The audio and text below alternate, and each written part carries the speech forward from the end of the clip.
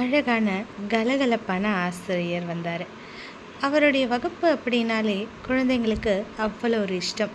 ஆசிரியர் கடினமாக ஒரு வார்த்தையை கூட சொல்ல மாட்டார்.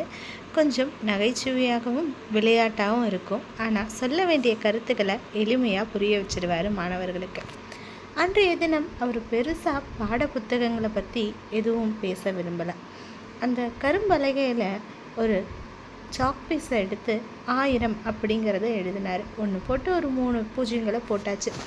இப்போ ஒரு சுட்டி மாணவன், அதாவது ரொம்ப குறும்புத்தனமான மாணவன் ஒருவனை பார்த்து ரொம்ப விளையாடிக்கிட்டே இருந்தார். அந்த சமயமும் கூட ஆசிரியர் கேட்குறாரு, தம்பி எழுந்துரு, இது எவ்வளவு அப்படின்னு கேட்குறாரு. அந்த மாணவனுக்கு கொஞ்சம் ஆச்சரியமாக இருந்தது. இதை போய் நம்மளை கேட்குறாரு 1000 அப்படின்னு கொஞ்சம் தயக்கத்தோடையே சொன்னார். பதிலில் தயக்கம் கிடையாது, இதை போய் ஏன் கேட்குறாரு அப்படிங்கிற தயக்கம்.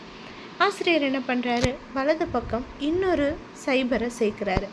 இப்போ எவ்வளவுன்னு கேட்குறாரு. அந்த மாணவன் கொஞ்சம் யோசிக்காமல் சொல்கிறாரு 10,000 அப்படின்னு சொல்லிட்டு. இப்போ கொஞ்சம் சத்தமாக பதில் வருது.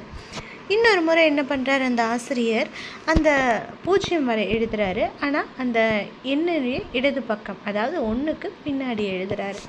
இப்போ கேட்குறாரு அந்த மாணவனை பார்த்து, இப்போ இதோடைய மதிப்பு எவ்வளவு அப்படின்ட்டு. அதே 10,000 அப்படின்னு சொல்கிறாரு. அப்போ ஆசிரியர் கேட்குறாரு, ஏன்பா நான் இப்போவும் ஒரு சைபரை சேர்த்துருக்கேன் இல்லையா, அப்போவும் 10,000 சொல்கிற அப்படின்னு சொல்லிட்டு. ஐயா, அது 1க்கு பின்னாடி இருக்குது, அதனால தான் அப்படின்னு சொன்னதும், சரி இதே மாதிரி தான் நம்ம வாழ்க்கையும். நம்ம எங்கே இருக்கணுமோ சரியான இடத்துல இருந்தால் நம்மளுடைய மதிப்பு கூடும்.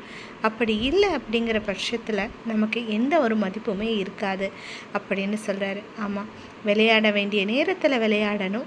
எப்போ கவனமாக இருந்து செயல்களை திறமையாக செய்யணுமோ அந்த நேரத்தில் நம்மளுடைய செயலில் கவனம் செலுத்தணும் அப்படிங்கிறத ரொம்ப எளிமையாக அந்த மாணவருக்கும் ஆசிரியர் புரிய வச்சுட்டாரு.